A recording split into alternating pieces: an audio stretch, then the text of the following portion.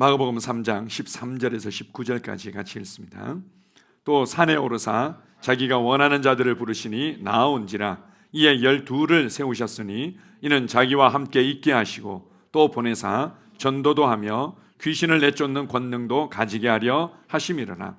이 12를 세우셨으니 시몬에게는 베드로란 이름을 더하셨고 또 세베대의 아들 야고보와 야고보의 형제 요한이니 이 둘에게는 보아느게 곧 우레의 아들이란 이름을 더하셨으며 또 안드레와 빌립과 바들로메와 마테와 도마와 알페오의 아들 야고보와 및 다데오와 가나안인 시몬이며 또 가룟 유다니 이는 예수를 판자더라. 아멘. 많은 사람들이 좋은 인생을 꿈꿉니다. 좋은 인생이 어떤 인생일까요? 이 시대에 안타까운 것은 많은 사람들이 생각하는 좋은 인생이 비슷합니다. 그래서 좀 부족함이 없고 돈에 여유가 있고 내가 원하는 것들을 구입하고 원하는 수준, 생활 수준을 살아가는 것, 이것이 이제 좋은 인생으로 생각하는 부분들이 있습니다. 뭐 어떤 사람에게는 이제 질병 없이 건강하게 내가 하고 싶은 취미 활동하면서 살아가는 거, 뭐 이것이 이제 그에게는 좋은 인생일 수 있는데, 주님께서 요한복음 10장 10절에 이렇게 말씀하십니다. 내가 온 것은 양으로 생명을 얻게 하고, 내가 한 사람 한 사람에게 하나님의 생명, 새로운 생명, 이 의의 생명, 다스리는 생명을 넣어주고 그런 더 풍성히 얻게 하려는 것이다. 뭐 이것에 대해서 우리가 이제 영적인 원리를 따라서 여러 가지 설명을 할 수 있지만, 다른 표현으로 예수님은 우리에게 풍성한 생명, 좋은 인생을 주기를 원하신 것이었습니다. 좋은 인생이 대체 무엇일까? 많은 사람들이 가지고 있는 이 그림들이 있지만, 예수님께서, 하나님께서 사람을 창조하시고 예수 그리스도를 통해서 우리를 구원하시면서 주시고자 하셨던 좋은 인생이 무엇인가? 자, 오늘 본문 말씀에 보게 되면 제자들을 주님께서 부르시고 제자들을 세우신 목적에 관해서 가르쳐주고 있습니다. 같이 한번 읽어보겠습니다. 마가복음 3장 14절입니다.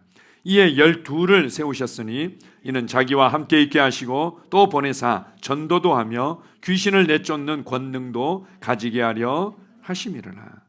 예수님께서 제자들을 세운 목적에 관해서 제일 먼저 자기와 함께 있도록 하기 위해서 삼으신 것이었습니다. 제가 이제 주중에 한 분이랑 말씀을 나누는데, 그분이 이제 성경을 읽으면서 생긴 궁금증을 저에게 질문을 하시더라고요. 아니, 성경을 읽다 보니까, 특별히 이제 마가복음을 읽다 보니까 예수님께서 치유해 주시고 예수님께서 문제를 해결해 주셨는데 다른 사람들에게 알리지 말라, 이렇게 엄하게 명령하셨다고 그러는데, 아니, 소문이 더 많이 퍼져야지 좋은 거 아닙니까? 왜 얘기하지 말라고 그러셨어요? 라고 굉장히 의미 있는 이렇게 좀 질문을 하시더라고요. 그래서 제가 두 가지를 말씀드렸습니다. 한 가지는 요한복음 6장에서 특별히 이제 잘 언급해주고 있는데요. 사람들이 자신의 삶의 문제가 해결되어지는 것에 집중되어져서 그 문제 해결을 받기 위해서만 자꾸 나오는 거죠.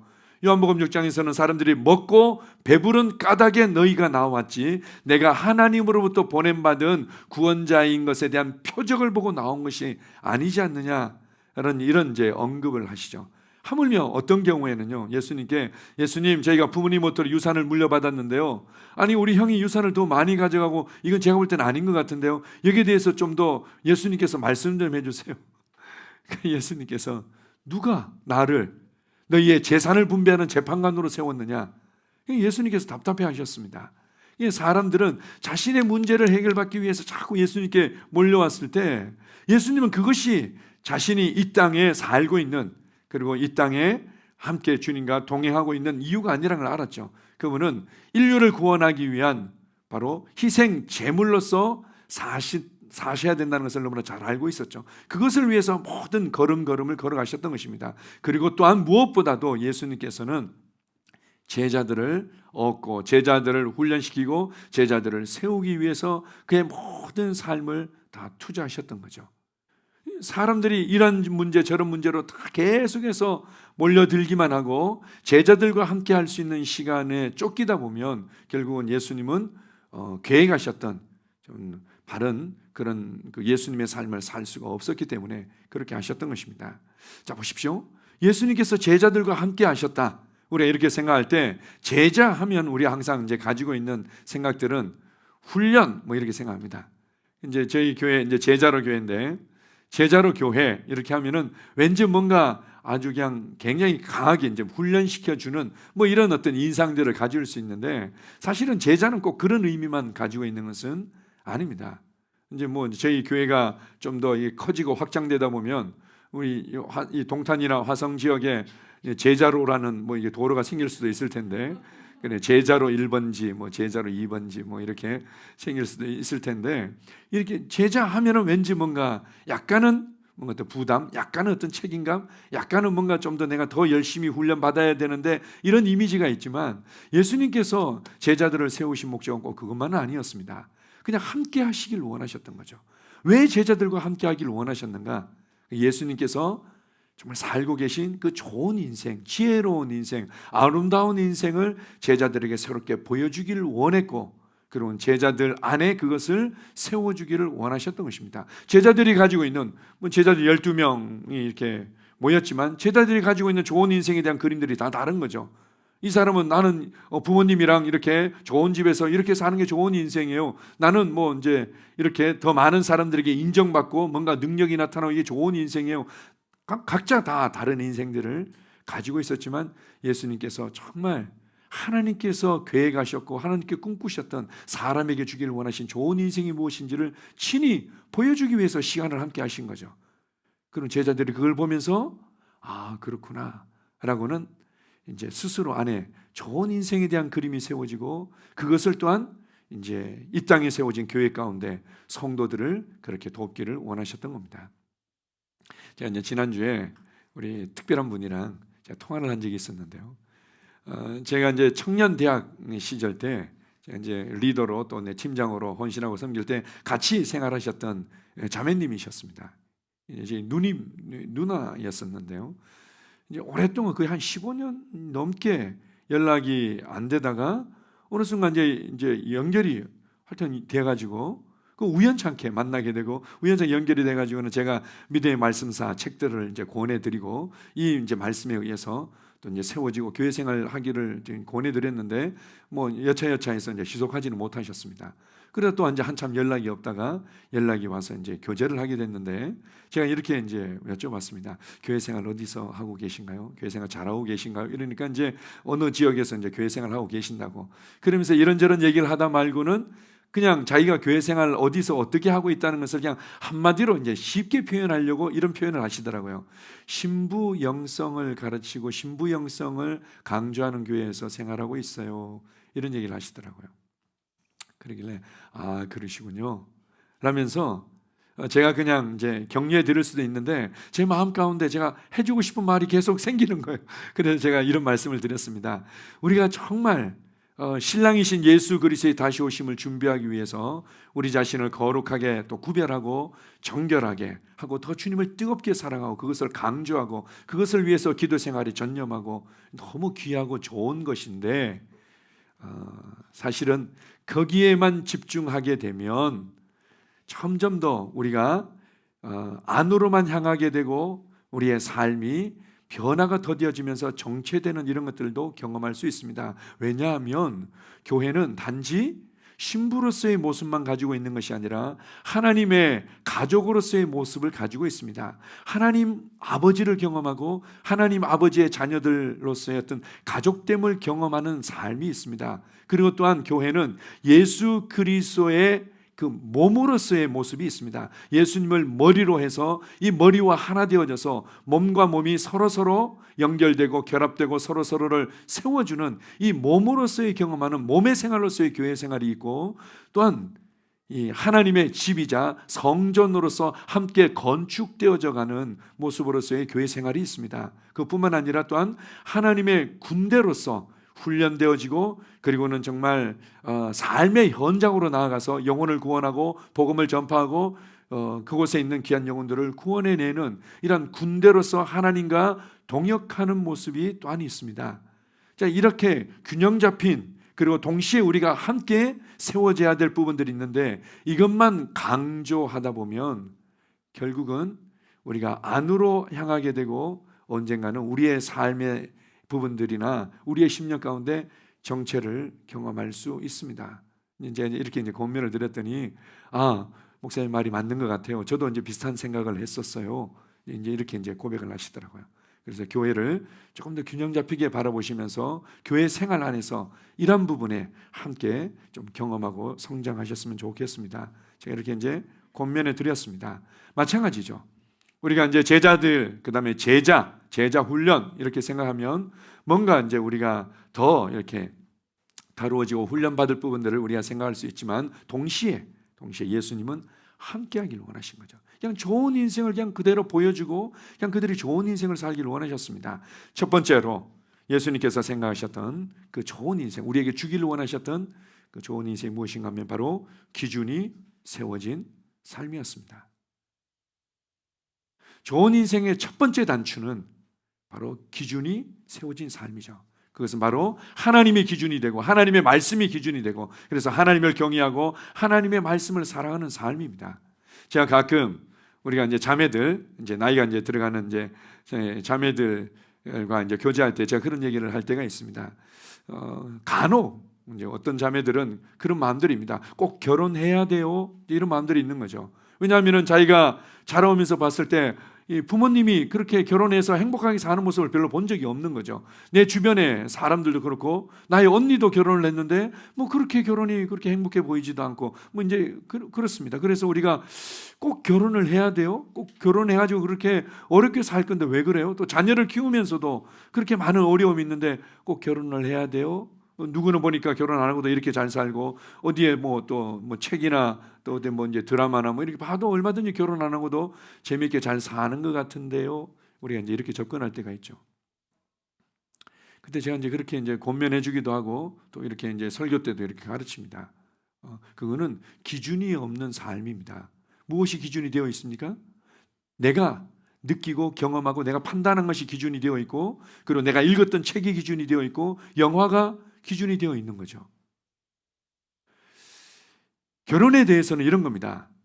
하나님께서 좋으신 하나님께서 결혼을 주셨습니다. 그러면 결혼은 좋은 것입니다. 그리고 좋으신 하나님께서 결혼을 축복하셨고 자녀들을 축복하셨습니다. 그러면 결혼 생활은 좋은 것이고 자녀들은 좋은 것이고 그게 좋은 거죠. 그렇군요. 좋으신 하나님께서 우리에게 좋은 가정과 좋은 결혼 생활을 주셨군요. 그러면은 내가 좋은 결혼을 하기 위해서 좋은 가정 생활을 살아가기 위해서 어떻게 해야 되죠? 이게 이렇게 접근할 때 이게 이제 기준이 세워진 삶이죠. 저도 예전에 이제 그런 경험과 고민들이 있었었는데 왜 살아야 되지? 제게는 삶이 굉장히 약간은 좀 흐리고 때로는 잿빛처럼 보이는 부분들이 있었습니다. 약간은 좀 염세적인 부분들이 있죠. 삶이 그렇게 아름다워 보이지도 않고 때로는 왜 이렇게 어려운 인생을 이렇게 그냥 열심히 살아야만 되지? 열심히 산다고 그래서 뭔가 특별히 내가 만족할 만한 행복함을 느낄 만한 보장된 것이 있는 것도 아니고 꼭 이렇게 살아야 될까? 한때는 자살하는 거는 정말 죄일까? 자살하면은 그 지옥 간다고 그러던데 그거 진짜일까?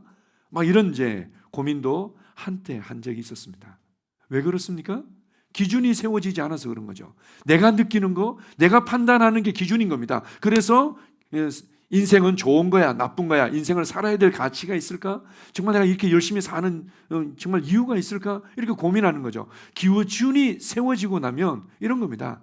좋으신 하나님께서 나를 이 땅에 태어나게 하신 거죠. 왜요? 고통스럽고 어렵기 때문에 보내셨습니까? 아니죠. 좋으신 하나님께서 그 아버지께서 이 땅의 삶이 좋으니까 이 땅에 내가 살아야 될 이유가 있으니까 이 땅에서 정말 지혜롭고 아름다운 인생을 살아낼 수 있기 때문에 우리에게 인생을 주신 겁니다. 우리를 축복해 주신 거죠. 내가 이 땅에 살아가는 삶은 좋은 삶으로 선물로 받은 것입니다. 내가 태어날 때 하나님은 그것을 기대하셨고 그걸 축복하셨죠.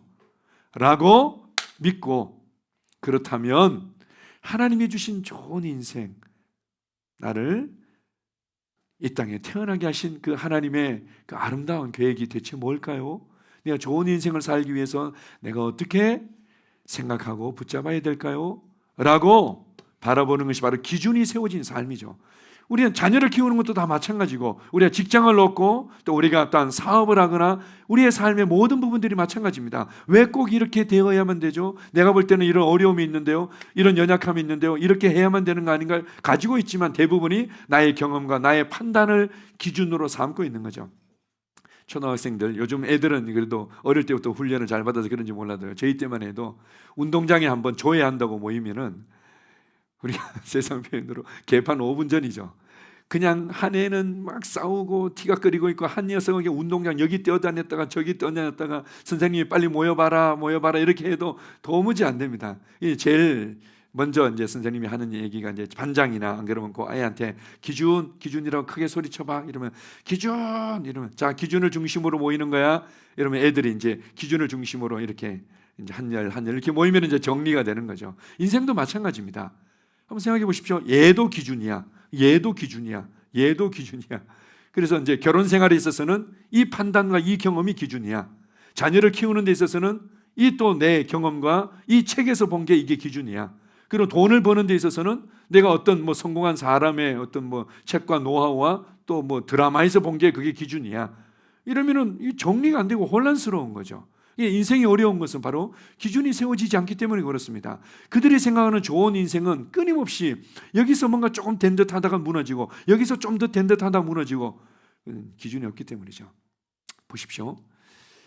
지금 이 세상이 굉장히 혼란스럽고 고통스러운 시대로 들어가게 된 그 특별한 이제 시기가 있었는데 2차 대전 이후에 바로 사람들에게 있어서 이 기준이 이것이 꼭 성경적이고 하나님께서 말씀하신 말씀이 아니더라도 그래도 이렇게 살아야 돼, 우리가 이렇게 가정을 이끌어 가야 돼, 이렇게 돈을 벌어야 돼 라는 나름대로의 어떤 절대적인 어떤 도덕 기준, 삶에 대한 기준, 절대 선에 대한 기준이 어느 정도는 세워져 있었는데 이게 이제 2차 대전을 겪고 난 이후에 와르르 무너져 버렸죠.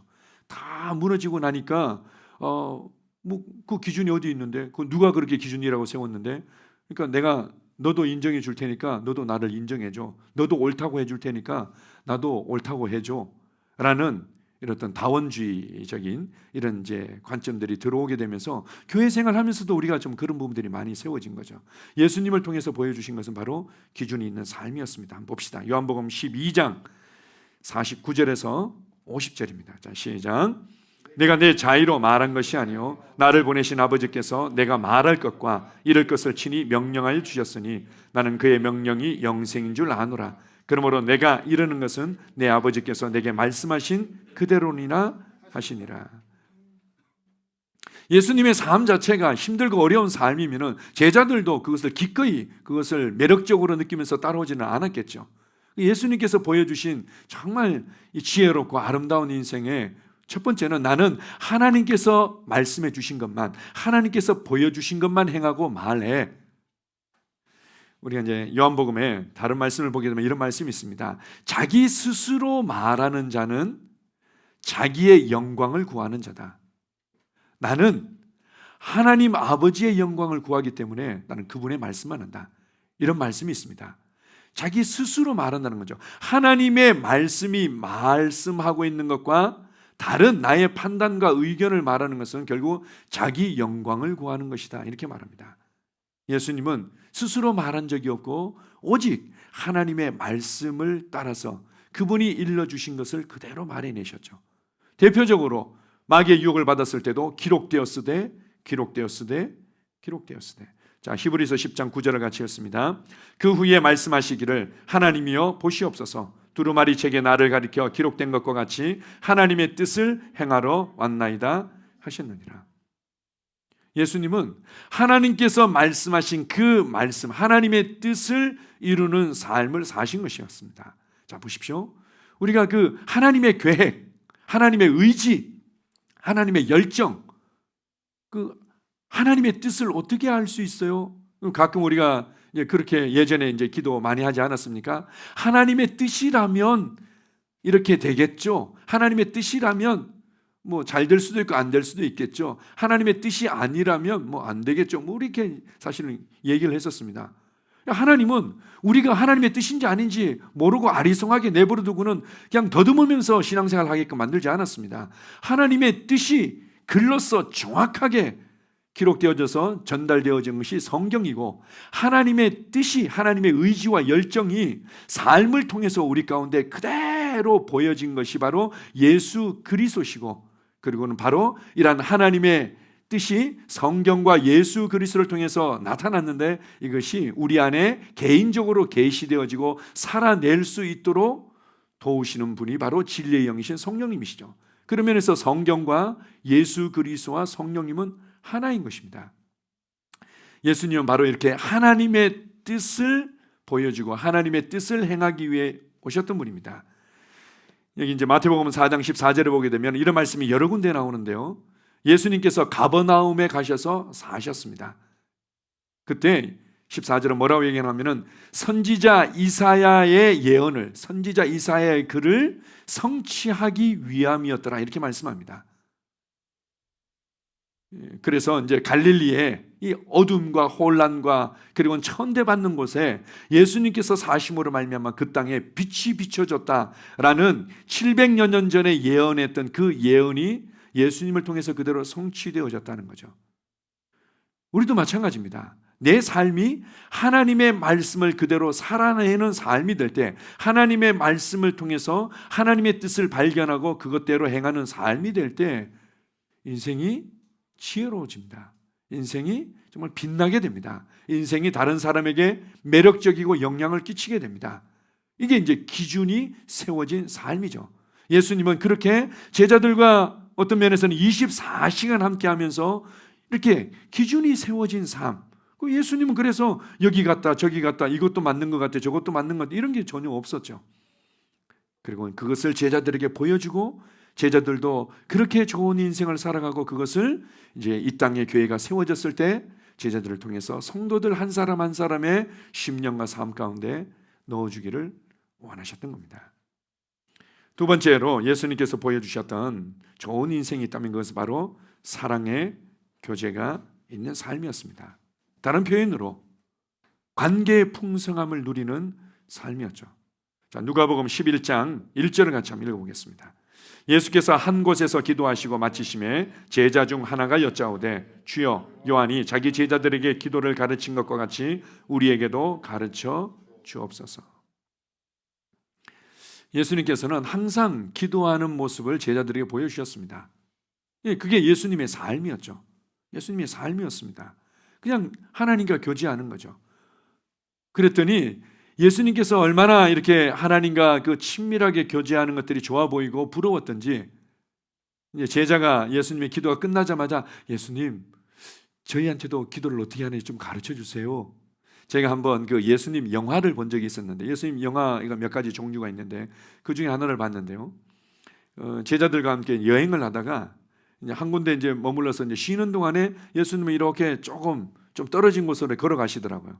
거기서 이 두건 같은 거 때로는 뭐 이 숄 같은 거였는지 이렇게 머리에 이렇게 두르시고는 이렇게 기도하시더라고요. 예전에 그 우리 요한 웨슬레의 어머니 수산나 웨슬레 그 자녀들 10명이 넘는 자녀들을 그 집안에서 키우다가 정말 주님의 지혜와 은혜가 필요할 때마다 그냥 자기 앞치마로 이렇게 뒤집었으면은 애들이 그냥 엄마를 건드리지 않았다고 합니다. 아, 엄마 기도 시간이구나. 앞치마를 이렇게 뒤집으시고는 그때 기도하셨다고. 요한 웨슬레가 기억하는 이제 엄마의 모습이었는데요. 이제 그렇게 예수님께서 수시로 그냥 그렇게 주님께 딱 집중하면은 주님과 교제하고 하나님의 마음을, 하나님의 열정을, 하나님께서 보여주신 것들을, 하나님의 말씀하신 것들을 받고 그대로 행하면서 하나님과의 그 관계의 풍성함을 누리시는 것들을 제자들에게 보여주신 것입니다. 이것이 얼마나 좋은 인생인지 아니? 네가 하나님과 교제할 때 그 하나님의 마음을 안다는 것이, 하나님과 기도하면서 그 하나님의 열정과 하나님의 믿음을 안다는 것이, 하나님의 계획과 부르심을 안다는 것이 얼마나 좋고 아름답고 지혜로운 인생인지 아니? 이걸 보여주신 거죠. 또 하나 있습니다. 마가복음 12장 30절 31절을 같이 읽습니다. 내 마음을 다하고 목숨을 다하고 뜻을 다하고 힘을 다하여 주 너의 하나님을 사랑하라 하신 것이요 둘째는 이것이니 내 이웃을 내 자신과 같이 사랑하라 하신 것이라. 이보다 더 큰 계명이 없느니라. 율법학자가 예수님께 물었습니다. 성경 너무 많은 계명들이 있고 너무 많은 하나님의 어떤 요구와 명령들이 있는 것 같은데 어떤 게 제일 중요해요? 이렇게 이제 물을 때 예수님께서 말씀하시죠. 보십시오. 성경의 주제, 성경의 가장 중요한 핵심 내용은 바로 예수 그리스도와 그분을 통한 구원이죠. 그래서 우리를 구원하시는 겁니다. 보십시오. 왜 우리를 구원하시죠? 왜 우리에게 새 생명을 주기를 원하셨죠? 왜 우리에게 권세를 회복해 주기를 원하셨죠? 뭐 여러 가지 이제 목적이 있죠. 하나님의 계획과 목적이 있는데 가장 중요한 첫 번째는 바로 우리를 구원하시고 우리에게 새 생명을 주신 이유는 하나님 수준에서 친밀한 사랑의 교제를 나누기 원하셔서 그런 거죠. 하나님 수준의 지혜를 가지고는 교제하고, 하나님 수준의 열정과 믿음을 가지고 교제하고, 하나님 수준의 계획과 비전을 가지고는 교제하기를 너무나 원하셨기 때문에 결국은 하나님은 우리와 사랑의 교제를 나누기를 원하셨던 겁니다. 이게 가장 아름답고 좋은 인생이죠. 하나님을 사랑하는 것, 마음을 다하고 뜻을 다하고 힘을 다하고 목숨을 다해서 하나님을 사랑하는 것, 그리고 그 사랑을 알아가면서 어떻게 해요? 다른 사람들도 사랑하게 되는 것, 이게 좋은 인생이라는 겁니다.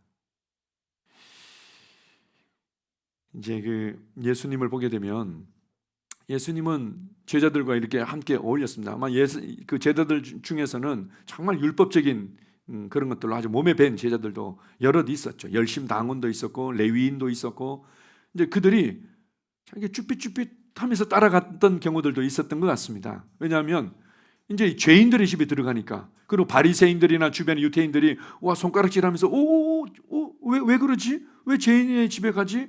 거룩한 하나님의 사람들이라면서 이렇게 손가락질도 받고는 그랬을 겁니다. 근데 예수님께서 어떤 면에서는 의도적이기도 하고, 그리고 어떤 면에서는 예수님의 자연스러운 삶이고 예수님의 열정이었죠. 그래서 사람들과 함께하고 죄인들과 함께하고 그들과 어울리고 삭개오의 집에 가고, 그리고는 또 초청하는 사람들의 집에 가고 먹고 마시고, 오죽하면 주변의 사람들이 야 너하고 너희하고 너희 선생님은 늘 이 포도주를 좋아하고 먹기를 탐하고 맨날 먹고 마시는 사람들이네, 뭐 이렇게 이제 비아냥거릴 만큼 교제를 예수님은 사랑하셨습니다. 이게 좋은 인생이라는 거죠. 자 보십시오. 제자들은 뭔가 하나님을 위해서 뭔가 한자리하고 하나님을 위해서 뭔가 이런 것들을 꿈꿨던 부분들이 있지만, 예수님께서는 그들에게 하나님과 교제하는 것, 그리고 사람들과 교제하며 그 풍성함을 누려가는 것이 좋은 인생이야. 좋은 인생이야. 하나님께서 우리 가족 외에 그냥 내가 뭔가 성실하게 하고 내 가족을 먹여 살리고, 그리고 내 가족들과 이제 좀 적당한 교제가 이루어지고, 그것 외에 하나님께서 우리에게 교회를 주셨고 성도들을 주셨고, 그리고 우리 주변의 많은 삶의 현장에 관계들을 주셨습니다. 그들과 뭔가 이렇게 함께 교제한다는 게 쉽지 않은 부분들도 있지만 주님께서는 좋은 인생이라는 거죠. 관계는 좋은 것입니다. 이 관계를 통해서 정말 그 삶의 풍성함을 배워갈 수 있고 그것을 누려갈 수 있습니다. 얼마든지. 저도 이제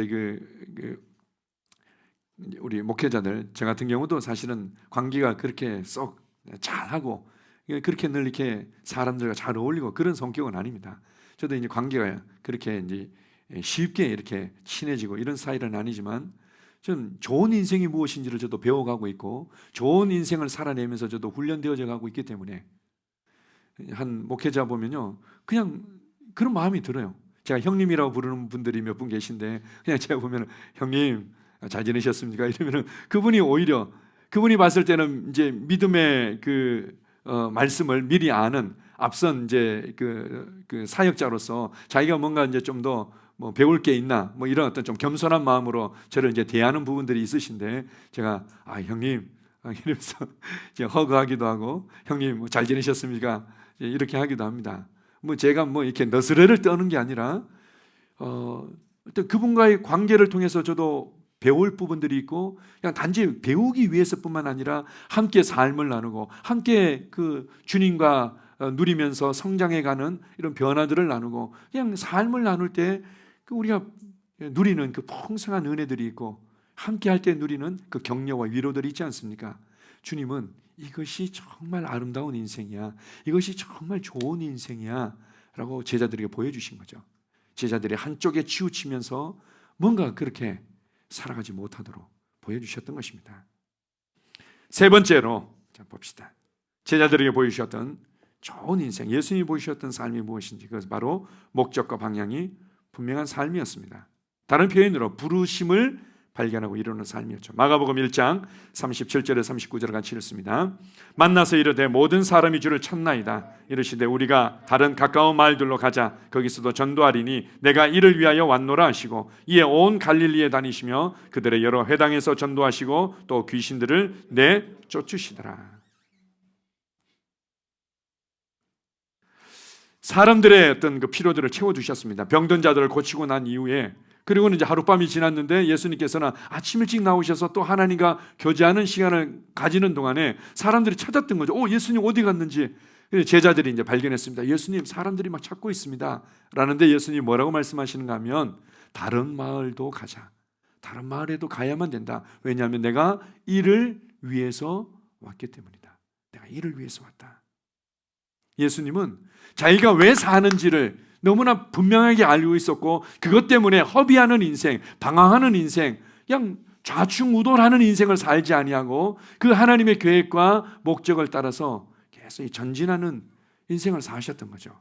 자, 요한복음 12장 27절입니다. 같이 읽습니다. 지금 내 마음이 괴로우니 무슨 말을 하리요. 아버지여, 나를 구원하여 이때를 면하게 하여 주옵소서. 그러나 내가 이를 위하여 이때에 왔나이다. 내가 이를 위하여 이때에 왔나이다. 겟세마네 동산에서 이제 드디어 하나님의 임재로부터 완전히 단절되어지는, 굳이 이제 비유로 얘기하자면 이런 거죠.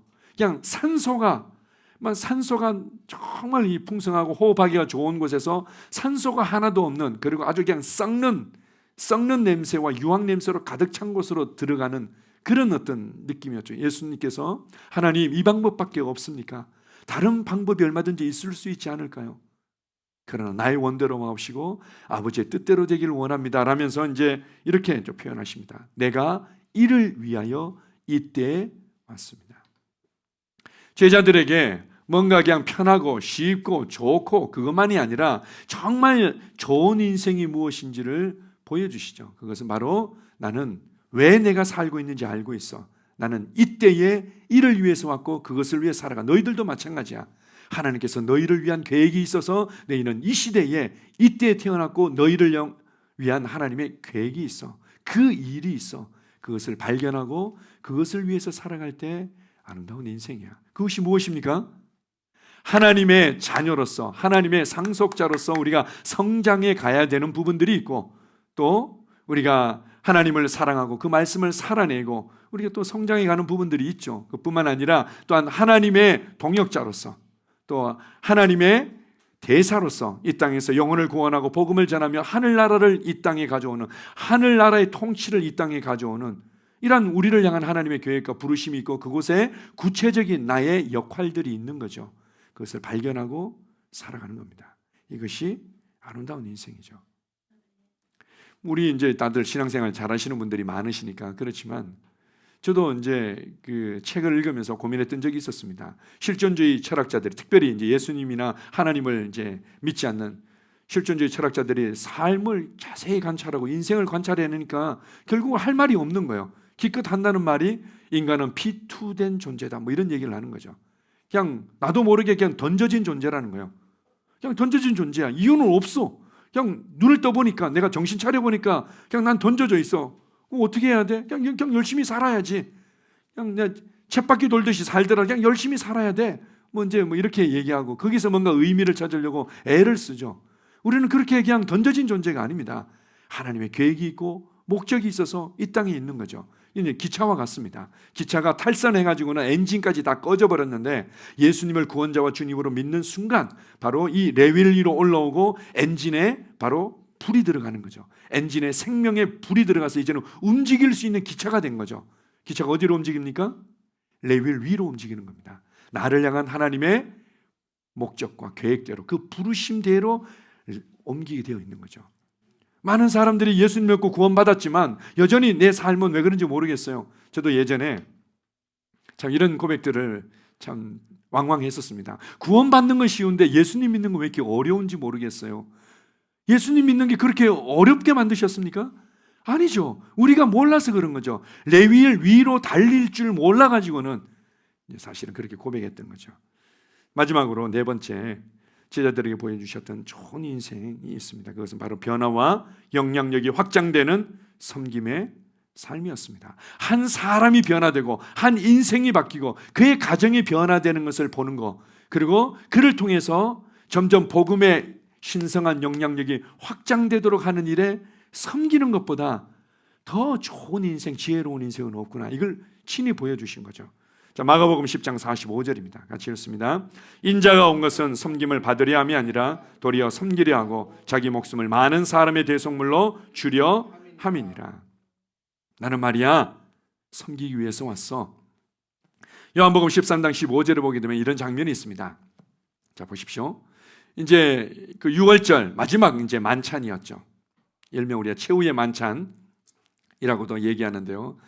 그때는 뭔가 우리가 어떻게 초대받아 간 것도 아니고 뭐 어떻게 이제 뭐 주인집에서 뭘 하는 것도 아니기 때문에 실제로 이렇게 물을 떠와서 종처럼 섬겨줄 수 있는 사람은 없었습니다. 제자들 중에 누군가는 해야 되는 거죠. 이제 그 다락방에 이렇게 넓은 장소에 모였는데 다들 눈치만 보고 있는 거죠. 내가 이런 걸 해야 돼? 제가 해야 되는 거 아니야? 내가 쟤보다 먼저 예수님을 칭찬도 많이 받고 예수님이 열심히 내가 섬기고 따라다녔는데 쟤가 물 떠와야 되는 거 아니야? 이러면서 서로 눈치만 보고 있었던 거죠.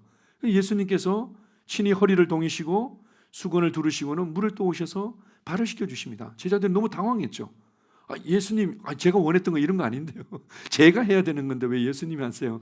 이제 그렇게 당황하고 있는데 주님께서 이렇게 말씀하시죠. 너희가 나를 주라 선생이라 말하느냐? 옳다. 내가 주와 선생으로서 내가 너희를 이렇게 섬긴 것처럼 너희도 그렇게 섬겨라. 이것이 아름다운 인생이에요. 이것이 정말 좋은 인생이다. 이렇게 보여주셨던 겁니다. 자, 보십시오. 제가 우리 새가족반 2과에 보게 되면은 복음은 하나님의 능력입니다. 이렇게 나오죠. 그래서 복음이 무엇인가? 복음은 예수 그리스도를 통해서 이루신 구원에 관한 기쁜 소식이다. 이렇게 했는데 제가 복음을 말해내고 복음을 성도들에게 가르치면 가르칠수록 다른 정의가 자꾸 생각이 나더라고요. 그래서 제가 한 줄을 더 집어넣습니다. 복음은 한 영혼을 향한, 한 영혼을 향한 하나님의 심장 박동이다. 보십시오. 이 복음이 들어가기만 하면 그 사람들이 자유케 되어지고, 복음이 들어가기만 하면 한 가정이 변화되고, 복음이 들어가기만 하면 그 주변의 세상에 연결된 영혼들이 바뀌게 되어 있습니다. 그것을 향한 하나님의 그 열정이 담겨져 있는 거죠. 한 사람 한 사람을 향한 하나님의 심장 박동이 이루어지고 나타낸 것이 바로 복음이구나. 그것을 위해서 섬기는 삶, 그것을 위해서 한 영혼을 이렇게 세워주는 삶, 그것을 위해서 한 영혼이 돌파하도록 이끌어주는 삶, 이것이 가장 좋은 인생이라는 거죠.